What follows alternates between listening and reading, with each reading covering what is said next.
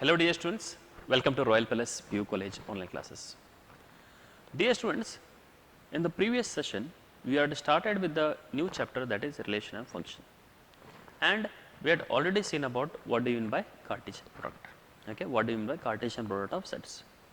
So depending on that Cartesian product of sets, today we shall learn our actual topic, that is nothing but our relation.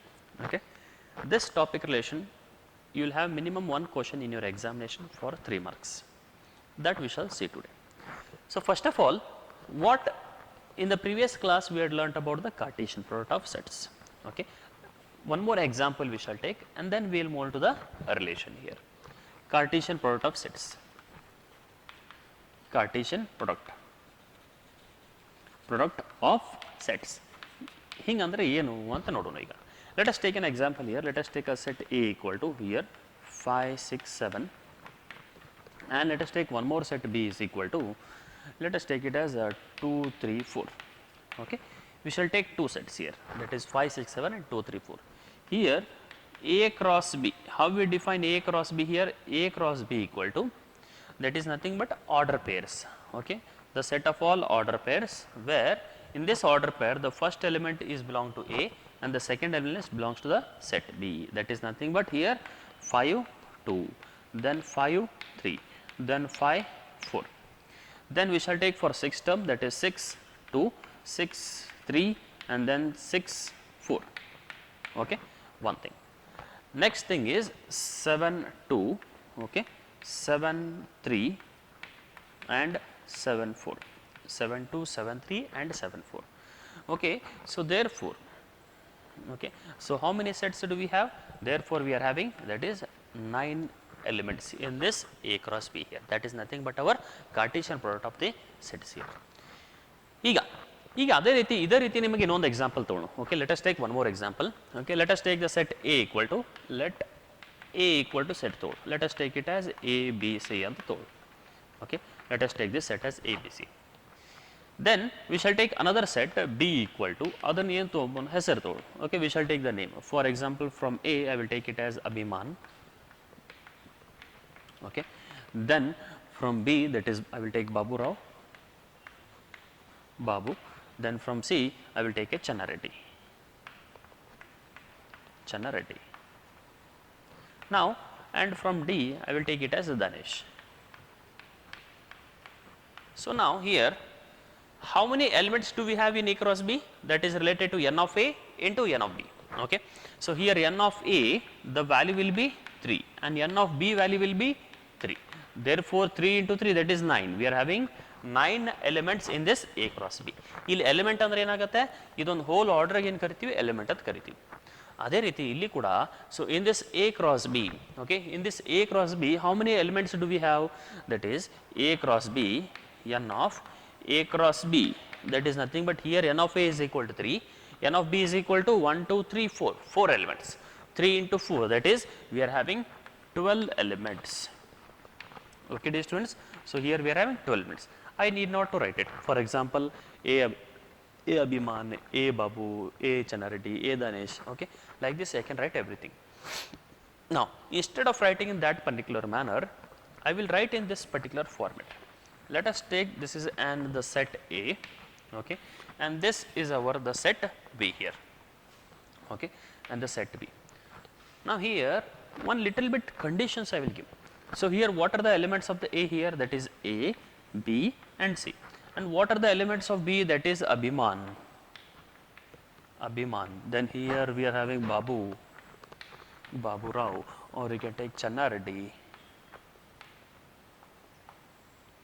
Reddy, Channa Reddy. Then you, last thing is Danesh. The last one is Danesh. These 4 elements are there related to B. Now what I will do is, from every, so from each element of A, I am having a relation to the set B. That relation we will understand here. Okay, let us, we are starting about the relation. Relation means what? ಪ್ರತಿಯೊಂದು element of A the ಎಲಿಮೆಂಟ್ಸ್ಗೂ ಬಿಗೆ ಏನೋ ಒಂದು relation ಇರ್ತದೆ. ಆ ರಿಲೇಷನ್ನ predefined ಮಾಡಬೇಕು. Already we have to define it. That we shall look here. That is R is equal to ಅಂತ ಬರ್ಕೊಳ್ಳೋಣ. That is x, y. Okay, ಇಲ್ಲಿ x, y ಏನಪ್ಪ ಅಂದ್ರೆ ಆರ್ಡರ್ ಪೇರ್ ಅಂತ ಇರುತ್ತೆ. ಫಾರ್ ಎಕ್ಸಾಂಪಲ್ ಇಲ್ಲಿ ಹೆಂಗೆ ಬರ್ತಿದ್ದೀವಿ x such that x belongs to the natural number and 5 less than equal to x less than equal to 7 ಅಂತ ಬರಿತಿದ್ರಿ. ಅದೇ ರೀತಿ ಇಲ್ಲಿ ಕೂಡ ಎಲಿಮೆಂಟ್ ಏನದ ಎಕ್ಸ್ y ಅದ ಸಚ್ ದ್ಯಾಟ್ ಓಕೆ ಏನದ ನಮಗಿಲ್ಲಿ x x is a letter first letter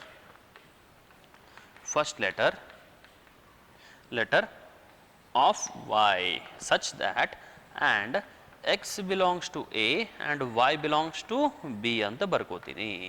ಅಂದ್ರೆ ಏನರ್ಥ ಅಲ್ಲಿ ಈ ಪ್ರತಿಯೊಂದು ಎಲಿಮೆಂಟ್ ಎಕ್ಸ್ ಏನದ ಎ ಬಿಲಾಂಗ್ ಆಕತಿ ಅಂದ್ರೆ ಇದು ಪ್ರತಿಯೊಂದು elements of y belongs to the B here. B ಅಂದ್ರೆ ಎಲಿಮೆಂಟ್ ಯಾವ್ದ್ರಿ ಇದು element.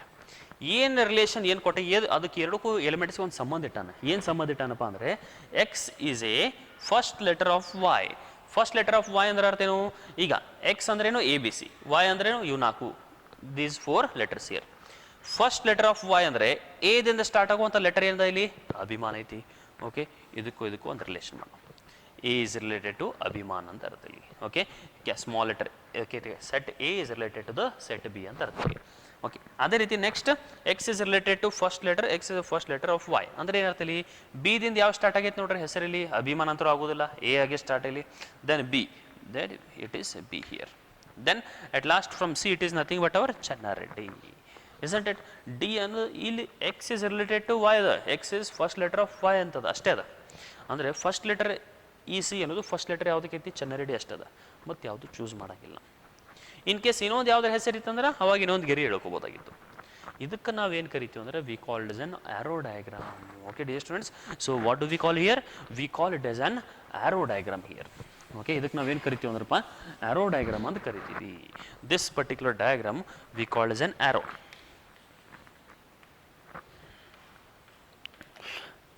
diagram. Okay, we call it an arrow diagram. Now what it is, let us observe here in this arrow diagram. So now here r is equal to, this is nothing but our relation. Okay, ಇದು ಒಂದು relation. ಯಾವುದು ಪ್ರತಿಯೊಂದು elements ಎಗೂ big elements ಇರೋಂಥ relation ಇರ್ತದೆ. ಆ relation pre define ಮಾಡ್ಕೊಂತೀವಿ. ಇದೇನಪ್ಪ ಅಂದರೆ ಸೆಟ್ ಬಿಲ್ಡರ್ ಫಾರ್ಮ್ ಒಳಗೆ ಐತಿ. ಸೆಟ್ ಬಿಲ್ಡರ್ಸ್ ಅಂದರೆ ಸೆಂಟೆನ್ಸ್ ಫಾರ್ಮ್ ಒಳಗೆ ಬರ್ತೀವಿ. ಇದನ್ನ ಐತಿ ನಾವು ರೋಸ್ಟರ್ ಫಾರ್ಮ್ ಒಳಗೆ ಬರೀನು. ರೋಸ್ಟರ್ ಫಾರ್ಮ್ ಅಂದ್ರೆ ಏನಾಗತ್ತೆ ಹೇಳ್ರಿ, ಎ ಕಾಮ ಆರೋ ಮಾರ್ಕ್ ನೋಡ್ಕೋರಿ, ಎ ಕಾಮ ಅಭಿಮಾನ್. ನೆಕ್ಸ್ಟ್ ಏನದ ನೋಡ್ರಿ, ಬಿ ಕಾಮ ಏನದ ಬಾಬು ಅದ, and the last one C ಕಾಮ Chenna Reddy. Okay, now we can close the bracket. So this is nothing but our relation R here. So relation R, now we can observe that it is an R is a subset of here A cross B. ಈ A cross B ಬರೀತೀರಿ. A cross B ಅಂದ್ರೆ ಇರ್ತೈತಿ A ಕಾಮ ವಿಮಾನ್, A ಕಾಮ B, A ಕಾಮ Babu, A ಕಾಮ Chenna Reddy, A ಕಾಮ Danesh, then B ಕಾಮ ಅಭಿಮಾನ್, ದೆನ್ B ಕಾಮ ಬಾಬು, B ಕಾಮ ಚೆನ್ನಾರೆಡ್ಡಿ, B ಕಾಮ ದಾನೇಶ್, ಈ ರೀತಿ ಬರಿತೀವಿ. 12 ಎಲಿಮೆಂಟ್ಸ್ ಬರುತ್ತೆ. ಇಲ್ಲಿ ಏನು ನೋಡ್ಬೋದು ಅಂದ್ರೆ we can observe that R it is nothing but a subset of this okay A cross B. R is subset of the Cartesian product A cross B. ಈಗ ಡೆಫಿನೇಷನ್ ನೋಡು, ಇದಕ್ಕೆ ನಾವೇನು ಕರಿತೀವಪ್ಪ ಅಂದ್ರೆ ರಿಲೇಷನ್ ಅಂತ ಕರಿತೀವಿ. ರಿಲೇಷನ್ ಹೆಂಗೆ ಡಿಫೈನ್ ಮಾಡ್ತೀವಿ ಅಂದರೆ a relation from A to B, a relation from a non empty set A to a non empty set B denoted by capital letter R, denoted and defined by capital letter R as, that is it is a subset of A cross B. ಅದೇನಿರ್ತೈತಿ A cross B ಅದು subset ಇರ್ತೈತಿ. ಇಷ್ಟ definition ಅದ. Okay simple ಅದ, ಅದನ್ನು definition ಅಂತ ಬರ್ಕೊಳ್ಳಿ ಇಲ್ಲಿ.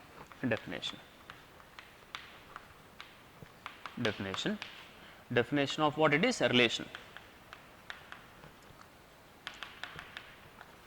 Relation definition ಏನು ಕರಿತೀವಿ ಅಂದರೆ a relation from the non-empty set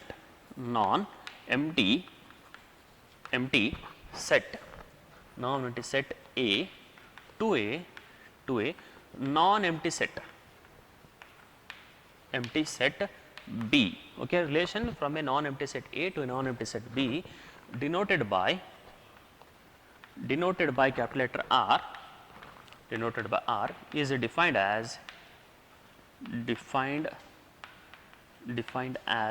a subset of A cross B. That is A cross B ಅಂದ್ರೆ ಕಾರ್ಟೇಶಿಯನ್ ಪ್ರಾಡಕ್ಟ್ ಏನದು ಸಬ್ಸೆಟ್ ಐತಿ ಅಂತ ಅರ್ಥಲಿ. ಇಲ್ಲಿ ಏನು ಕರಿತೀವಿ ಅಂದರೆ ಈ ಪ್ರತಿಯೊಂದು ಇದೇ ನೀವು ರೋಸ್ಟರ್ ಫಾರ್ಮುಲಾ ಬರ್ದಿರಲ್ಲ, all the elements in this order pair. Okay, ಪ್ರತಿಯೊಂದು ಆರ್ಡರ್ ಪೇರ್ ಒಳಗಡೆ ಫಸ್ಟ್ ಎಲಿಮೆಂಟ್ ಏನದ ಸೆಕೆಂಡ್ ಎಲಿಮೆಂಟ್ಗೆ ರಿಲೇಟೆಡ್ ಆಗುತ್ತೆ ಅಂತ ಅರ್ಥದಲ್ಲಿ. Okay, all the elements of the order pair, all the first elements of the order pair is related to second element of that order pair. ಅದಕ್ಕೆ ಇಲ್ಲಿ ನೋಡ್ಕೊಡ್ರಿ, B com ಬಾಬುರ ಅಂದ್ರೆ ಏನೈತಿ, ಇಲ್ಲಿ ಬಿ ಅಂದ್ರೆ ಬಿ ದಿನ ಸ್ಟಾರ್ಟ್ ಆಗುವಂಥ ಹೆಸರದು, ಸಿ ಅಂದರೆ ಸಿ ದಿನ ಸ್ಟಾರ್ಟ್ ಆಗುವಂಥ ಹೆಸರದು. ಅಷ್ಟೇ, ಭಾಳಷ್ಟೇ ಸಿಂಪಲ್ ಎಕ್ಸಾಂಪಲ್ ಇದು. That is nothing but hour definition of the relation. ಇಲ್ಲಿ ಕೆಲವೊಂದಿಷ್ಟು ಟರ್ಮಿನಾಲಜೀಸ್ ಬರುತ್ತೆ, ಅದನ್ನೈತಿ ನಾವು ಅಂಡರ್ಸ್ಟ್ಯಾಂಡ್ ಮಾಡ್ಬೋದು. ಟರ್ಮಿನಾಲಜೀಸ್ ಬರುತ್ತೆ, ಏನಪ್ಪ ಅಂದರೆ ಇದು ಡೆಫಿನೇಷನ್ ಆಫ್ ರಿಲೇಷನ್ ಆಯಿತು.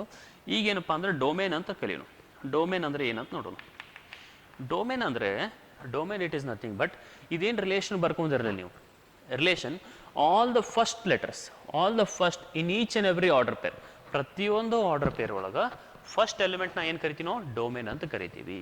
Okay, all first elements, all the first elements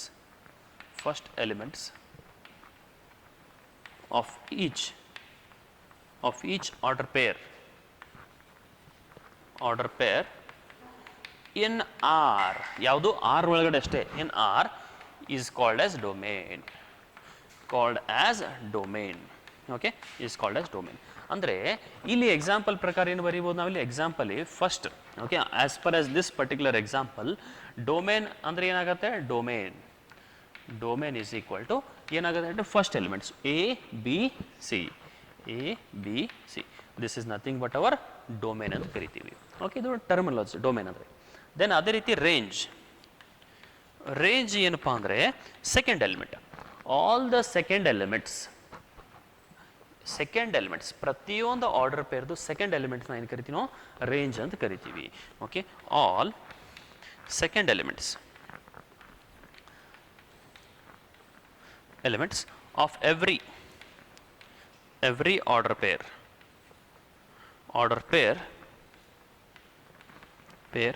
is known to be as order pair in R.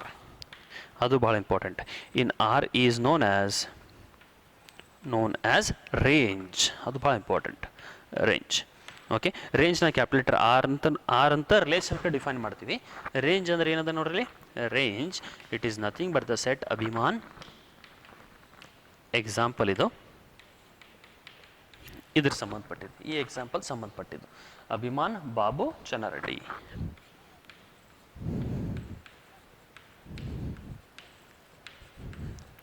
Okay, ಇದೊಂದು ಡೆಫಿನೇಷನ್ ಆಫ್ ದಿ ರೇಂಜ್. ಇಲ್ಲಿ ಇನ್ನೊಂದು ಡೆಫಿನೇಷನ್ ಬರುತ್ತೆ, ಏನಪ್ಪ ಅಂದರೆ ಕೋಡೊಮೇನ್. ಅದು ಓಕೆ, ಕೋಡೊಮೇನ್ ಇದು ಒಂದು ಡೆಫಿನೇಷನ್. ಕೋಡೊಮೇನ್ ಅಂದರೆ ಏನಪ್ಪ ಅಂದರೆ ಇಲ್ಲಿ the set B itself, ಇದೇನು ಬಿ ಸೆಟ್ ಸೆಕೆಂಡ್ ಸೆಟ್ ಅದಲ್ಲ ಬಿ, ಇದಕ್ಕೆ ನಾವೇನು ಕರಿತೀವಿ ಅಂದರೆ that is nothing but our codomain. Okay, that is here the second set B itself is called as codomain. ಅಂದ್ರೆ ಕೋಡೊಮೇನ್ ಅಂದ್ರೆ ಏನಾಗತ್ತೆ ಹೇಳ್ರಿ, ಕೋಡೊಮೇನ್ ಅಂದರೆ ಸೆಟ್ ಬಿ ಓನ್ಲಿ. ಬಿ ಅಂತೂ ಬರಿಬೋದು ಅಥವಾ ಇದನ್ನು ಕಂಪ್ಲೀಟ್ ಬರಿಬೋದು. ಸೆಟ್ ಬಿ ಅಂದ್ರೆ ಏನಂತ ನೋಡ್ರಿ, ಅಭಿಮಾನ್, ಬಾಬು, ಚನ್ನಾರೆಡ್ಡಿ, ದಾನೇಶ್ ಅಂತ ಕ್ಲಿಯರ್ಲಿ ಬರಿಬೋದು. Okay dear students, now what we had learned here, the main important thing we had learned about the definition of the relations. Then what do you mean by domain, what do you mean by range, and what do you mean by codomain. These all definitions are very important, and the problems basis on this definition it will be asked for 3 marks. So before going to the problems, please pause the video to note it down. Okay dear students, now let us start with the exercise 2.2, that is related to our relations. It is a very simple and clear example. If this question is asked in your examination, he will ask for 3 marks. Just he has given only one set A, but in the definition you had seen 2 sets A and B. ಇಲ್ಲೇನು ಕೊಟ್ಟಾರ, ಒಂದೇ ಒಂದು set ಕೊಟ್ಟಾರ. Define a relation from A to A ಕೊಟ್ಟಾನ, ಅಂದರೆ A cross A ಅಂತ ಅದಲ್ಲಿ. Okay, A cross A ಅಂತ ಅದಲ್ಲಿ. ಈಗ ಹಂಗಾರೆ ಎ ಒಳಗೆ ಎಷ್ಟು ಎಲಿಮೆಂಟ್ಸ್ ಇದಾವೆ ನೋಡ್ರಿ. In this elements A how many elements are there, 1 2 3 4 5 6. Okay, ಇದೊಂದು ಎಲಿಮೆಂಟ್ ಅದ. Next R is equal to X comma Y is equal to X plus 1, where X belongs to A and Y also belongs to the A itself. ಈಗ ಇದನ್ನು R ಏನದ set builder form ಕೊಟ್ಟಿರೋಂಥ question ಅದ, set builder ಫಾರ್ಮಲ್ಲಿ ಕೊಟ್ಟಾನ, ಅದನ್ನು ಮತ್ತೊಮ್ಮೆ ಬರ್ಕೋತೀನಿ. ಏನದು X comma y such that y equal to X plus 1 and x comma y belongs to A ಅಂತ ಕೊಟ್ಟಾರ ಕ್ವಶನ್ ಒಳಗೆ. ಇದನ್ನು ನಾವು ರೋಸ್ಟರ್ ಫಾರ್ಮ್ ಒಳಗೆ ಬರ್ಕೋಬೇಕು. ರೋಸ್ಟರ್ ಫಾರ್ಮ್ ಅಂದ್ರೆ ಹೆಂಗಂದ್ರೆ ಆರ್ ಇಸ್ ಈಕ್ವಲ್ ಟು ಏನು ಕೊಟ್ಟ ನೋಡ್ರಿ ಈಗ ಅಂದರೆ ಆರ್ಡರ್ ಪೇರ್ ಫಾರ್ಮಲ್ಲಿ ಬರ್ಕೋಬೇಕು. X comma y such that y equal to X plus 1 ಅಂದರೆ X comma y belongs to A ಅಂತದ. ಇದನ್ನ ತೋರ್ಸೋಕ್ಕಿಂತ ಮುಂಚೆ ಇದನ್ನು ಆ್ಯರೋ ಡಯಾಗ್ರಾಮ್ ಮುಖಾಂತರ ಹೇಳೋದು ಭಾಳ ಇಷ್ಟಪಡ್ತೀನಿ. It will be very very simple. So it is our set A, ಇದು ಕೂಡ ಸೆಟ್ ಏನದ. ಇಲ್ಲಿ ಎಲಿಮೆಂಟ್ಸ್ ಏನಿದಾವೆ ನೋಡ್ರಿ 1 2 3 4 5 ಆ್ಯಂಡ್ 6.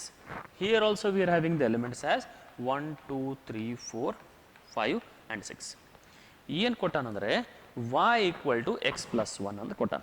ಅಂದರೆ ನೀವು ಎಕ್ಸ್ ಈಕ್ವಲ್ ಟು 1 ತೊಗೊಂಡ್ರೆ ಇದೆಲ್ಲ ಎಲಿಮೆಂಟ್ಸ್ ಏನು ಎಕ್ಸ್ ಅಂದರೆ ಫಸ್ಟ್ ಎಲಿಮೆಂಟ್ಸ್ ಏನದ ಎಕ್ಸ್ ಅದ, ಸೆಕೆಂಡ್ ಎಲಿಮೆಂಟ್ಸ್ ಏನದ ಈ ಎಲಿಮೆಂಟ್ಸ್ ಎಲ್ಲ.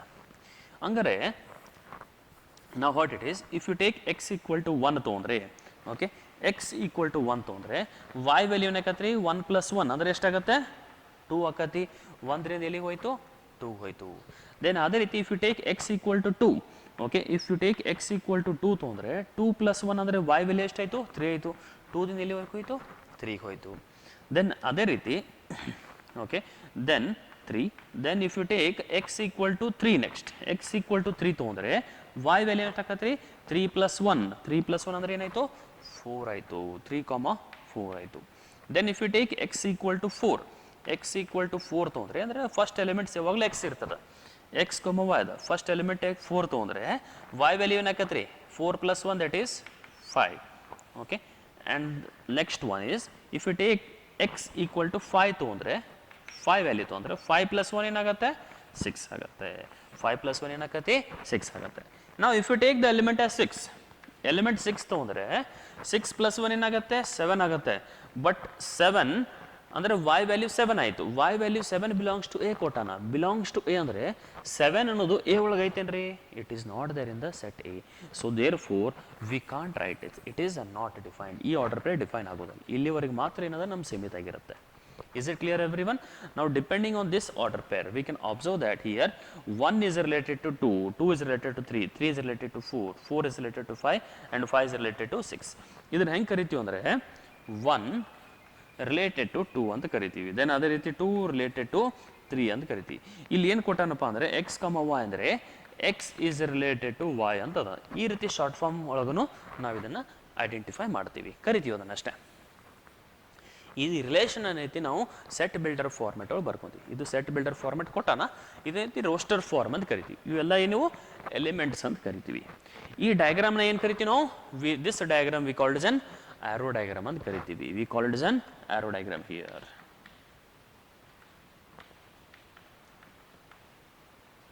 So how do we get this? How do we get this? If x equal to 1, that is if x equal to 1, that implies y equal to 1 plus 1, that is 2. So therefore we get it as therefore 1 comma 2 ಅಂದರೆ x ಇದು y. ಅದೇ ರೀತಿ if x equal to 2, okay, if x equal to 2, if x equal to 2, that implies y is equal to ಏನಾಗುತ್ತೆ 2 plus 1, that equal to 3. therefore ಏನಾಗುತ್ತೆ 2 comma 3, x 2 ಆಯಿತು, y ಏನೈತಿ 3 ಆಗುತ್ತೆ. ಅದೇ ರೀತಿ ನೀವು 4 5 6ನ ಸಬ್ಸ್ಟಿಟ್ಯೂಟ್ ಮಾಡ್ಕೋಬೋದು. 6 ಸಬ್ಸ್ಟಿಟ್ಯೂಟ್ ಮಾಡ್ಲಿಕ್ಕೆ ಬರೋಂಗಿಲ್ಲ, ಯಾಕಂದರೆ 6 ಮಾಡಿದರೆ ಎಕ್ಸ್ ಈಕ್ವಲ್ ಟು 6 ತೊಗೊಂಡ್ರೆ 6 ಪ್ಲಸ್ 1 7 ಬರುತ್ತೆ. y ವ್ಯಾಲ್ಯೂ 7 ಅನ್ನೋದು it is not in A. So therefore we can't take it. Okay, ಇದೊಂದು ಇದೇನು ಬರ್ಕೊಳ್ಳೋ ಅವಶ್ಯಕತೆ ಇಲ್ಲ ಎಕ್ಸಾಮಿನೇಷನ್ ಒಳಗೆ. ಈಗ ನೆಕ್ಸ್ಟ್ ಏನಪ್ಪ ಅಂದ್ರೆ ಇದು ಒಂದೇದಾಯಿತು, describe the relation using the arrow diagram ಆಯಿತು. ಈಗ ಎರಡನೇದು ಏನಪ್ಪ ಅಂದರೆ ಇಲ್ಲಿ he has given the right on the domain. Okay, domain ಬಗ್ಗೆ ಡಿಸ್ಕಷನ್ ಮಾಡೋಣ. ನಾವು what do you mean by domain here? Domain values ಏನು ಅಂತ ನೋಡೋಣ.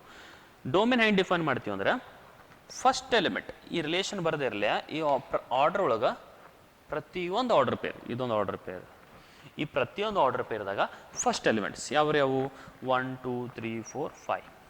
ಅಥವಾ ಇಲ್ಲಿ ನೋಡ್ರಿ ಇದೇನು ಆ್ಯರೋ ಮಾರ್ಕ್ ಹೋಗಿತ್ತಲ್ರಿ, ಆ್ಯರೋ ಮಾರ್ಕ್ ಹೋಗಿದ್ದು ಇಲ್ಲಿ ಎ ಒಳಗೆ ಎಲಿಮೆಂಟ್ಸ್ 1 2 3 4 5.